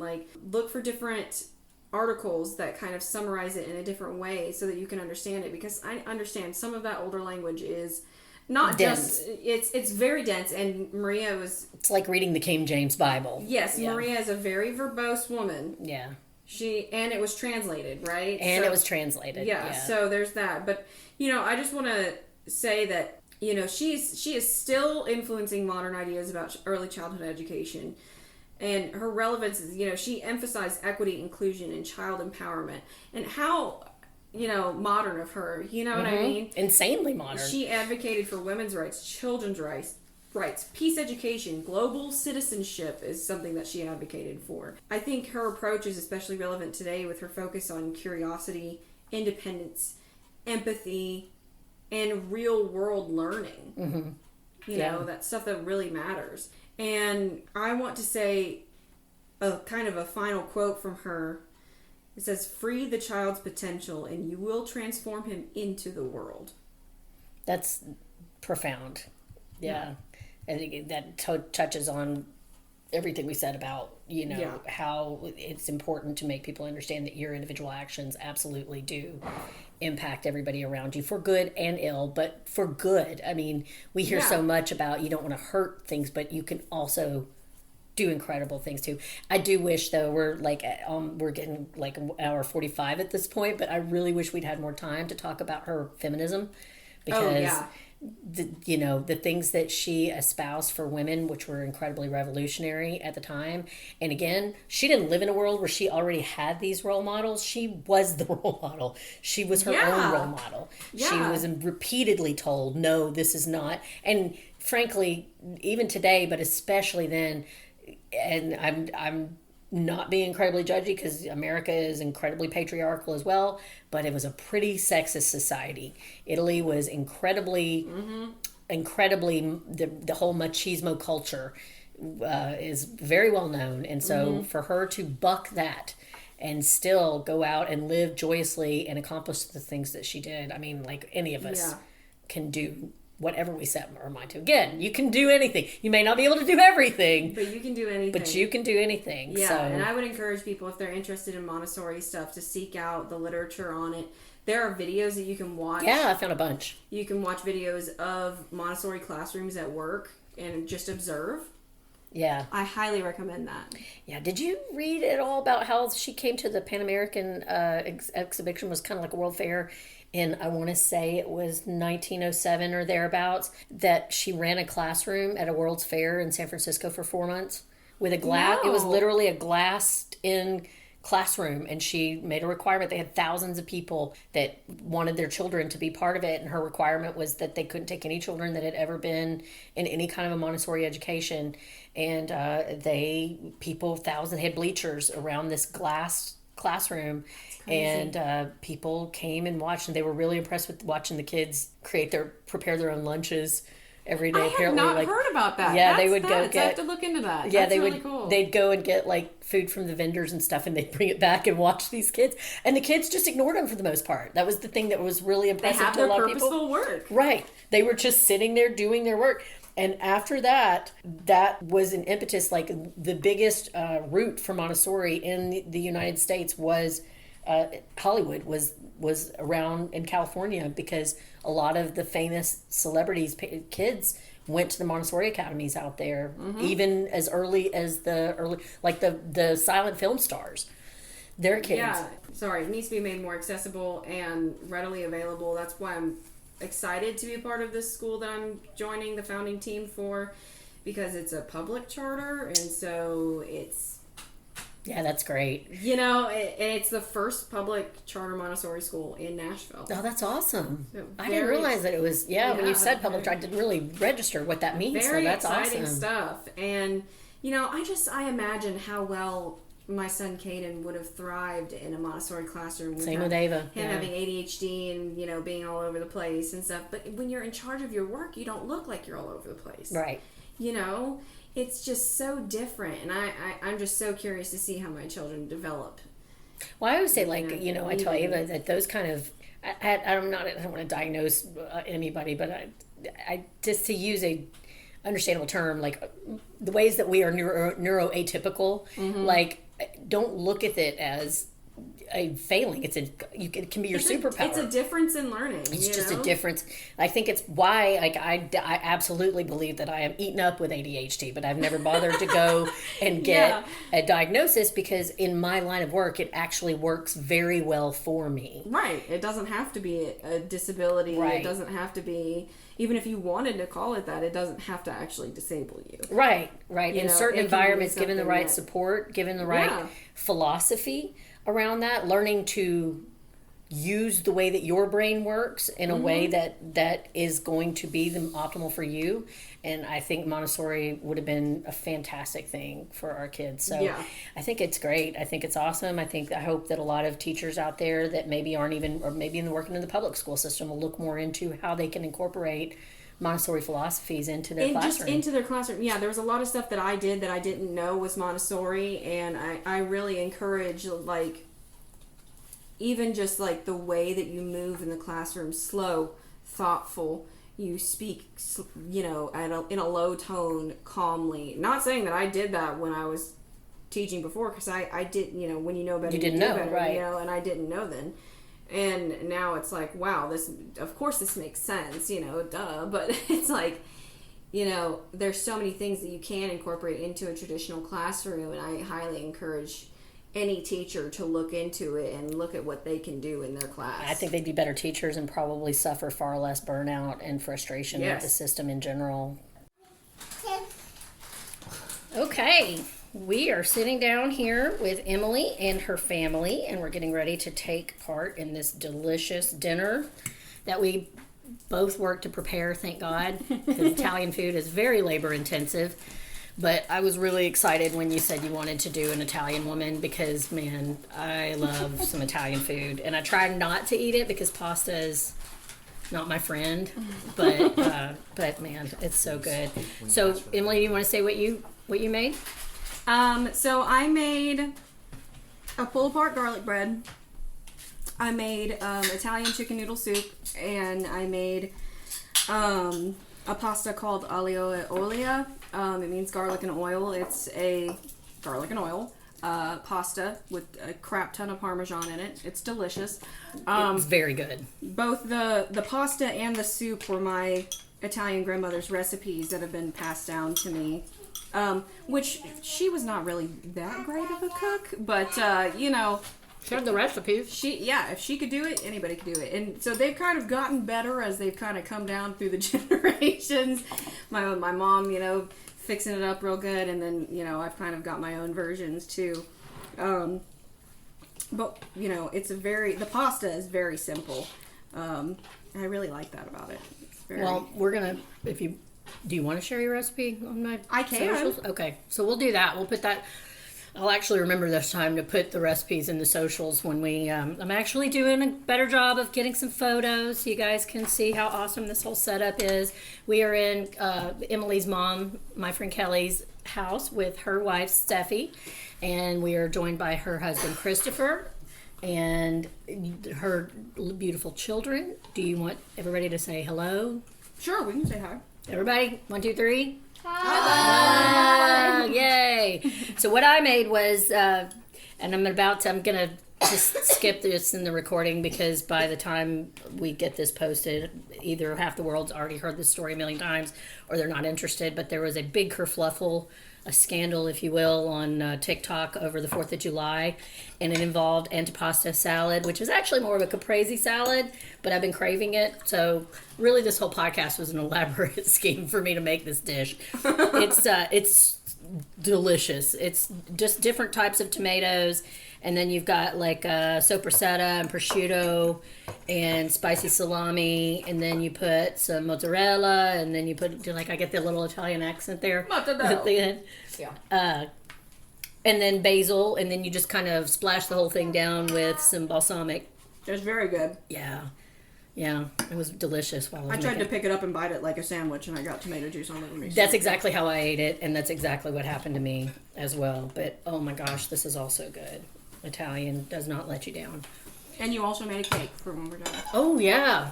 I was not going to try to attempt real tiramisu or cannoli. I wanted to try to find something authentically from Rome because that's where she's from. But at this point, I think it's kind of like the United States where Italy is just, there's not really anything regional that you're not going to find in Rome. Rome almost seems like New York in the way that, like, there's very few things that are actually culturally just Roman dishes. It seems like it's kind of just a melting pot of all of the other different parts of Italy. So I was going to say, one of the things I try to do when I research this stuff is to try to find an actual recipe that was either prepared by that person, or I know that it was culturally relevant to them, or that they at least ate one time. And you cannot find anything like that about Maria Montessori. Emily's going to tell us a little bit about the Montessori philosophy of food and food hygiene here in a minute. But I want to say, Emily, that on the way here, I did find a podcast that was someone reading the chapter from Maria Montessori's journal, where she describes what she thinks children should be eating. The woman was brilliant, incredibly brilliant. I can't believe all of the different things she did. Don't think she was a nutritionist. Have you read that chapter? I haven't, but at the same time, I mean, she was a doctor, so... She was, but she was a doctor in the late 1800s, early 1900s, and you could tell it showed. She believed that children between the ages of birth and 2 should predominantly eat milk and eggs, which that makes sense. Well, actually, they don't recommend eggs anymore for children under 1, do they? Not under 1, no. Yeah, but that part wasn't so crazy, but from 2 to 5, I think 2 to 3.5, no meat or anything like that, which again, that's normal. But she thinks their diet should mostly consist of fat and sugar. Love that. Yeah, I mean, I think that it really goes along with her model of wanting children to lead things, because I'm sure that they do. Yeah, that's what they would choose, I'm sure. Right, but she believes that, and no vegetables. No vegetables. If you can possibly avoid it, children should not have vegetables. That was I'm like, did a child pay you to write this? Yeah, it sounds like it, but like you said, she was a doctor a long time ago. Yeah. And it took a long time to even get out of the idea of the humors. So right. Who knows? That's a good point. Who knows what was actually supporting that at that point. And a lot of her philosophy is based on, like, wholesome foods, like whole foods. So I would assume, like, sugar means fruits. No, it meant sugar. No, really? Yeah, just like chocolate. Sweets? She really believed sugar. Fruits were fine. Vegetables were a no-go, except for some spinach in limited amounts. Yeah, because you know how many kids spinach, really love spinach. Yeah, but no other fruit, vegetables. I will say, I thought a little bit about it, and I think maybe the thought process has some validity because kids do need a lot of fat. They do need a lot of energy. They burn a lot of energy. Yeah, and sugar, again, like you said. Again, so carbs in general, children do need a lot of carbs. And this woman was reading a translation. So it very well could be that what she actually meant were carbohydrates, but she absolutely did say, like, chocolate. She very much recommended chocolate as one of the afternoon snacks that kids should have. I mean, I agree. It was really cool. Like, you should live. I mean, for me at least. Right, me too. I'm down with it. It just was, I was surprised. But it reminded me kind of the Eleanor Roosevelt episode that I did was about how nutrition played a huge part in her term as the first lady, because they came in right at the beginning of the Great Depression, and she had this philosophy that they wanted to be an example to the American people that they were not better than them and that they were living the same life that everyone else was living as much as possible with the same hardships. Isn't it what a crazy concept for a presidency? But anyway, she made her chief of staff serve the most atrocious meals. They were really, really bad, famously bad. Like Jell-O. Oh no! I mean, like, again, this was the first episode I did, and what we had was an actual lunch from the White House menu, and it was boiled eggs, and then you take the yolk out, and you're thinking I'm gonna devil it. No. You take it out, you mash it up with some onion, and then put some just unseasoned tomato sauce on top of it. And that was that and mashed potatoes and coffee, black coffee. That was and prune pudding, which, by the way, turned out to not be that bad. But she based all of that on. But the rest sounds terrible. Right, it was one of the worst things I've ever eaten in my life. But she based it on science of the time. It was, if you go back and listen to that episode, the most interesting part of it is how big of a thing home economics was, because when we were growing up, home economics was already old-fashioned, and we kind of insulting to girls, because it was, I always thought, based on this idea that you needed to prepare to be a housewife. But actually it started out pretty progressive. It was the idea that women were already the homemakers and that they needed more respect, because it was very much something Maria Montessori would have approved of. It was that this idea of basing your nutritive needs on science, not necessarily what tastes best. Well, I mean, I like that idea, but we can have good food that also tastes good. Right. It can be good for you and taste There were people at the time telling Eleanor that, but Eleanor really just, in some ways, she just thought of food basically as fuel for the most part, and so she didn't really understand what the hubbub was. But why don't you tell us a little bit about what the Montessori philosophy of food is? So, a big part of Montessori's methodology is practical life. They're in every, especially younger classrooms, there are going to be practical life areas of the classroom where they learn things like pouring water, how to button their shirt. Like they have these frames with fabric and buttons, and they learn how to use those, and zippers, and everything is child size, so even their little pitcher, very cute. And it's a glass pitcher. I bet that's adorable. It is. But it's really important that they learn how to prepare food and set the table, serve snacks to one another. That's part of the daily things that they do, is they'll have food set out that they can prepare for themselves or prepare plates for others and set everything out. So, ma'am. So leave her alone. She's playing with her noodles.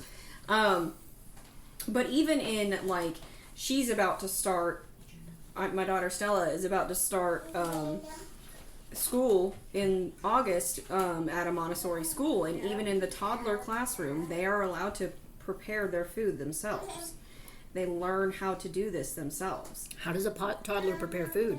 So it's like they have, let's say they have waffles as a snack, and they get to spread something on it.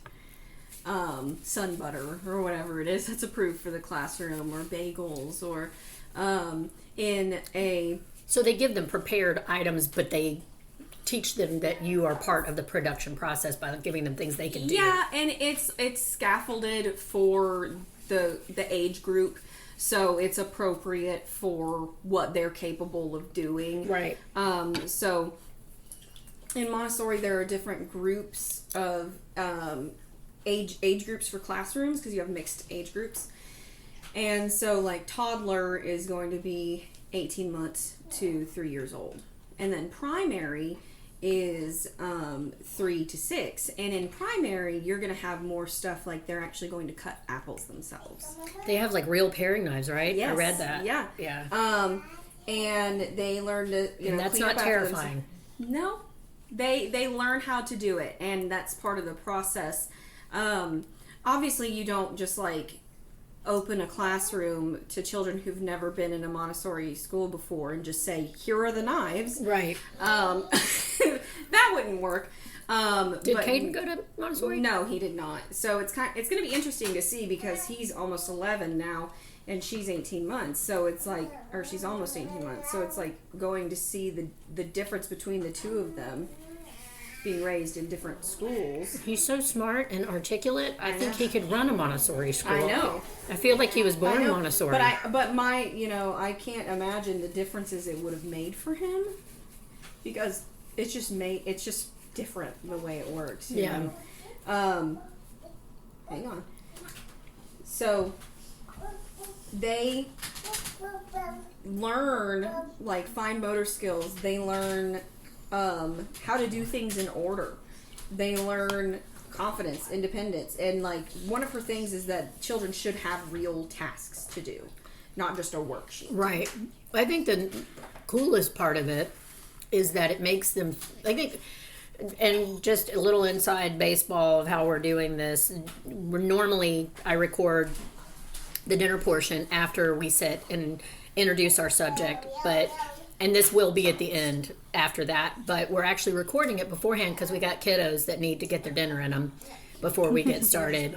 And I wanted to take this opportunity, because it's just a really special one, to actually have dinner together as a group, because I think that fits in with the theme. Well, it's really big to have both the Italian and the Montessori. Exactly. Like this is a core tenet of growing up Italian. Yeah. But another thing is that food builds community. Yeah. Well, and it's so, I think we'd be a more nutritious society if kids from very early on learned that things matter. Like that I don't know if I'm not saying that correctly, but I was thinking about it this week, and we'll get into it again. So this is actually going to be prologue for you guys. You may hear this earlier in the podcast, but I kind of raised my kids Montessori and didn't even realize it. Yeah, there's a lot of things that I did in a classroom before being trained Montessori that I didn't know what I was doing was Montessori, but it makes sense because my philosophy fits so well with Montessori teaching. Right. And I'm gonna learn so much from you, and there's still a million questions in my mind about how it works. But what I did like is that I think that I had to learn how to parent. Like, I didn't have a real great guidebook to start with, so I just used logic for the most part, and I think that children don't respond well to the carrot and the stick if the stick is most of what you're using as a parental tool. Like the model of parenting of do what I say, don't ask any questions, even if it works, it almost never works. But in best case scenario, you're raising a child who does not know how to make good decisions for themselves. And when they get out in the real world and you're not there to hold their hand and make every decision for them, they're going to be completely unequipped. So I tried to raise my children with responsibility pretty early on, and learning this idea of actions have consequences. I didn't do all of what the Montessori method does with nutrition, but I'm not opposed to it. I think it's a great idea because I think it makes kids think about, if you just tell a kid you can't have candy all the time and they don't understand why nutrition is important, if they don't have a buy-in in it, if all that is punitive, that they're going to buck against that. And I think that's part of the reason that we all have such unhealthy eating habits.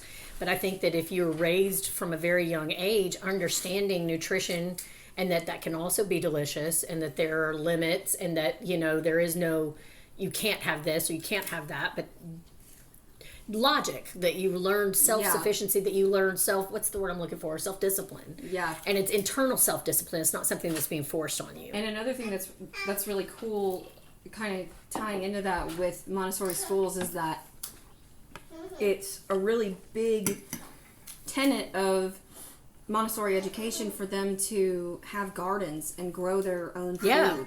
And so you have a stake in it. Yeah. And so it's like, these are the vegetables, even though, maybe she didn't like them, but they're like, these are the vegetables that I grew. Like, I planted this, I harvested this, and now it's on my table. She does recommend that once they're past the age. I mean, she actually advocates for home gardens. And that's part of the connection to the universe and connection to, more than just yourself that you get, because like a lot of children now haven't seen whole foods. Mm-hmm. Yeah, it comes at their store. It's kind of like the way I like to think of my meat just comes from these white packages at Kroger. I do not want to think about, but I'd probably be healthier if I did. And a lot of these kids, they've seen a fruit cup, but have they seen a whole mandarin? Right. Or where that mandarin comes from. Right. Yeah. And what it takes to grow that mandarin. Right. And so they kind of get a sense of stewardship and gratitude from that. Yeah. Which is a huge theme that I really like about Maria Montessori's philosophy. And there's a lot of mindfulness that goes with it too. Like, meals are not super quick in a Montessori school. In a traditional school, you get 20, maybe 25 minutes. And half of that is standing in the cafeteria line. At least half. These kids get way more time to eat. They, and snack is going to be across like an hour where they can come up and get it when they're ready. Lunch is at least 30 minutes, So they have time to sit down and enjoy. Yes. Yeah. And they can talk with their friends. And it's supposed to be like, not intentional. It's not rushed. It's a peaceful time instead of quick, you gotta go. We have another place to be after this. Yeah. Because that's not healthy. No. Yeah. Which also leads to like a scarcity mindset. And I mean, like my kids, seriously, I don't know how bad it was when you were in school, but you're, I think, 10 years older than 11 years older than my oldest. Are you 32 this year? Yes. Yeah, you're 11 years older. By the time Ava got in high school, I mean, they were literally getting 10, 15 minutes to sit down and eat. Right. Yeah. Which is insane. And of course, they're not going to be able to get like a decent amount of nutrition in that amount of time. And even if they like bolt it down, that's not good for them either. No, it's not good for your digestive system. It's not good for any of that. And it's just not good for you mentally either. Right. Even physically, of course, it's not good for you. But mentally, like, you don't get to have joy in food, which is so important. And that's an Italian thing. That's a Montessori thing. That should be, a human thing. A human thing, that you can find joy in food and in the present moment and sharing a meal with people around you that you care about. Which I think is enhanced by them having ownership in it as well. Yeah, absolutely. And, they learn care of self, care of others. Yes, ma'am. I mean, she loves to share with me. Hey, I'm going to be expecting her to make my dinner next time. I mean, she's got a year. She's getting in the classroom. I'm going to expect her to be whipping something up for me next time I come over here. When does she start? She starts August. It's exciting. Yeah. It's going to be good for her, I think. I'm very excited that it's more of a school environment than just like a daycare environment. You know? Yeah. Well, you've got great genes, and your son is brilliant, and I'm sure she's going to be the same. So she's going to need more stimulation probably than the average classroom. Yes, and we can get into that more because, you know, what I was saying about him and, like, if he had been in a Montessori classroom, I'll definitely talk more about that because the way it supports them in their endeavors is just above and beyond, you know. I'm not going to get into that right now because I have a lot of questions about that. Yeah. All right. I do have a little story from one of her writings. And there are a few quotes about eating and just kind of fire away. So, in many early Montessori classrooms, children are responsible for preparing and serving food, like we said. And this is part of their daily work. A lot of things that they do are referred to as work. Most of what they do is work. If they're busy, you know, staying productive, nummy, that's work. So in one story from a children's house in Rome, so this isn't directly from Montessori, I don't think, but a small child who was not, you know, barely 4 years old, had prepared apple slices, carefully arranged them on a tray, and then without being asked, she carried the tray to a friend across the room and offered it with both hands. And the other child smiled, took a piece, and said thank you. And to someone who is not a Montessori observer, you may not pick up on the magnitude of this, and in that this little act, done without instruction, done without prompting, it shows more growth, grace, inner discipline than any, like I said, any worksheet would show.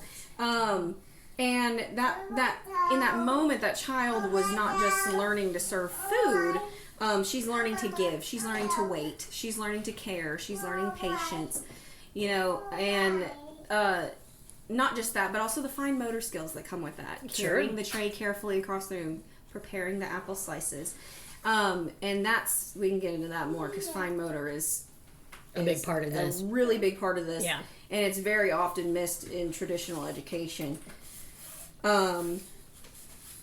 So, you know, I just kind of, to wrap it up, it's just like, you know, we're honoring Montessori's belief that food is not just fuel. It's also part of our humanity. Mm-hmm. That's a huge part of why I have this in this podcast.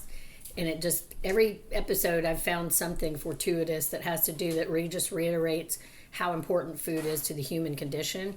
And that was, even though I couldn't find a specific recipe that she personally enjoyed, just, she had such strong beliefs about food as part of community. Mm-hmm. And that's a large part of, again, why I wanted to include that in this podcast, was because I think it humanizes these people. It helps you to see them as an actual person, to think about them having favorite recipes, thinking about what they're going to eat, mm-hmm. food preparation, all of that.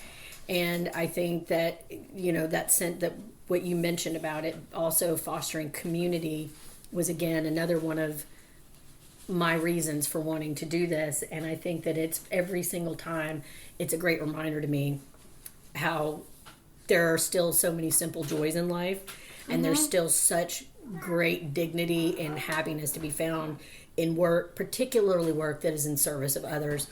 Yeah. And a lot of times food preparation, especially as parents, is exactly that. So it's sharing our love with those around us. You know?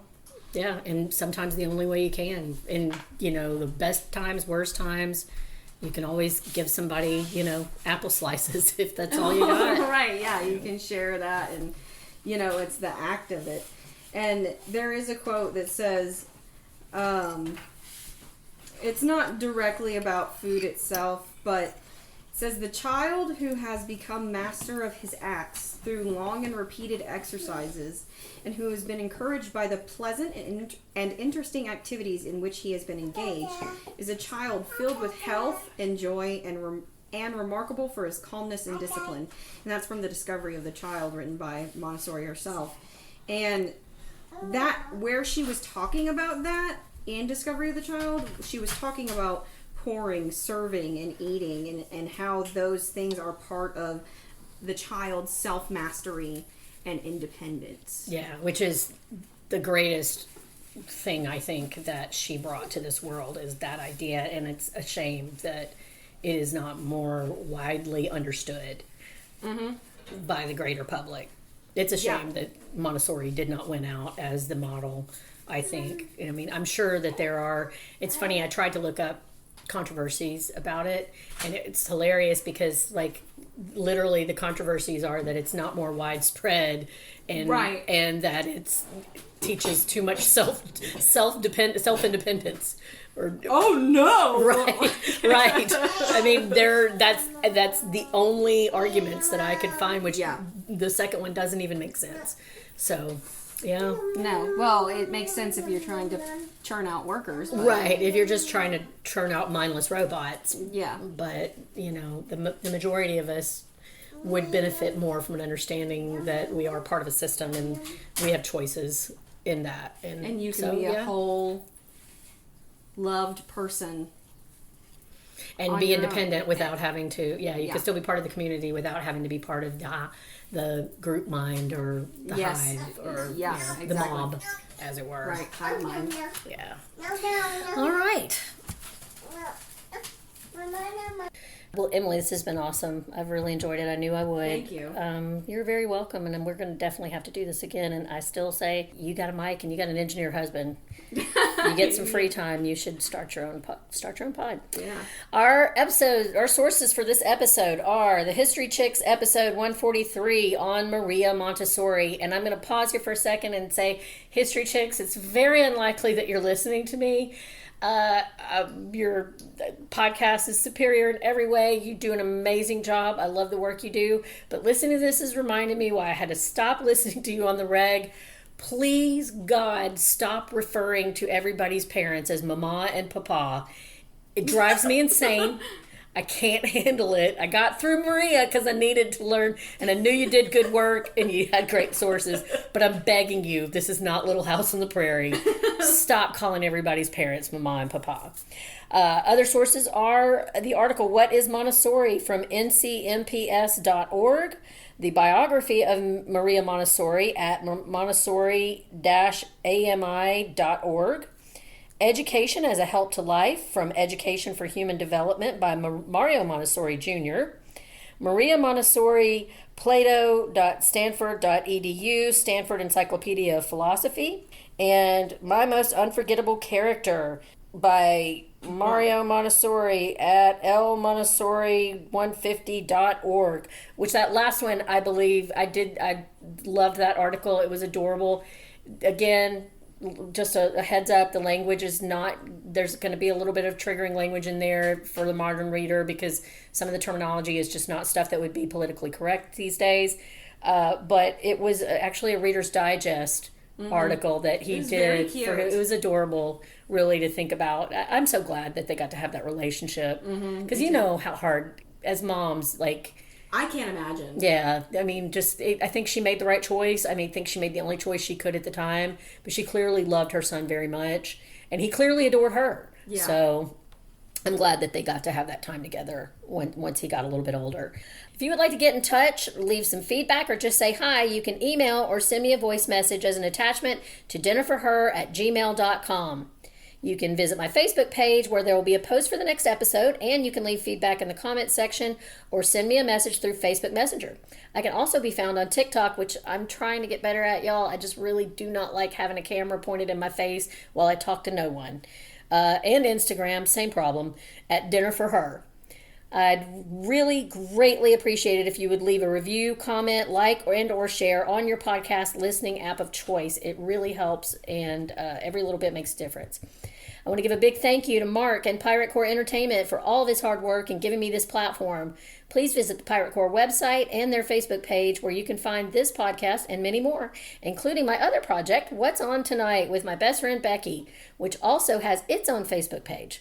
What's On Tonight is a spoiler-filled podcast about TV, movies, and more. Right now they're beginning to cover the first season of Dexter Resurrection on Paramount Plus. I will not be covering Dexter because I just get real grossed out at watching serial killer shows. So I will be back in a few episodes to begin our coverage of Welcome to Derry coming out in the fall. I'm super stoked about that. But please check out the Dexter Resurrection if you are interested in that show, because Becky's going to have some really, really awesome hosts for that.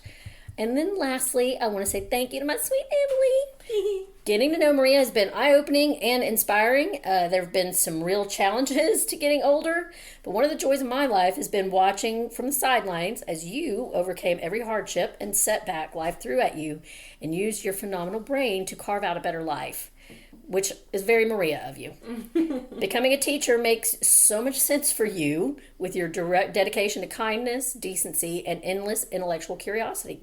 I believe Maria would be very proud of you, and I think you really embody this quote of hers that we will use to close out the show. Whoever touches the life of the child touches the most sensitive point of a whole, which has roots in the most distant past and climbs towards the infinite future. Thank you, everyone, and please come back next time to see what incredible, powerful woman will be joining us for dinner. Yay! Yay! Thanks, it's so sweet about it. Oh my God. Let's have some dessert. Yeah, I want some of that cake.